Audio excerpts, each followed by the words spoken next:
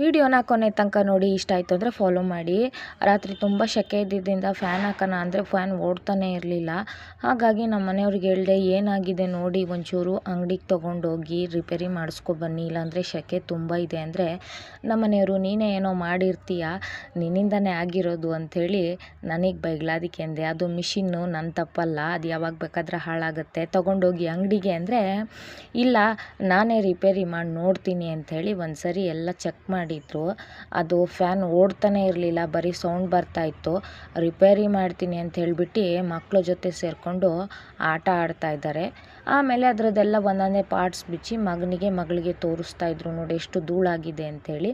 ಅಪ್ಪ ಮಕ್ಕಳು ಎಲ್ಲ ಸೇರ್ಕೊಂಡು ಫ್ಯಾನ್ನೆಲ್ಲ ಒರೆಸಿ ಕ್ಲೀನ್ ಮಾಡಿ, ಆಮೇಲೆ ಏನೋ ವಯರೆಲ್ಲ ಕಿತ್ತಿ ಮಾಡಿ ಹಾಕಿ ನೋಡಿ ಇದೇನೋ ಹೋಗಿದೆ, ಇದರಿಂದನೇ ಫ್ಯಾನ್ ಓಡ್ತಾ ಇಲ್ಲ ಅಂಥೇಳಿ ಹೇಳಿದರು.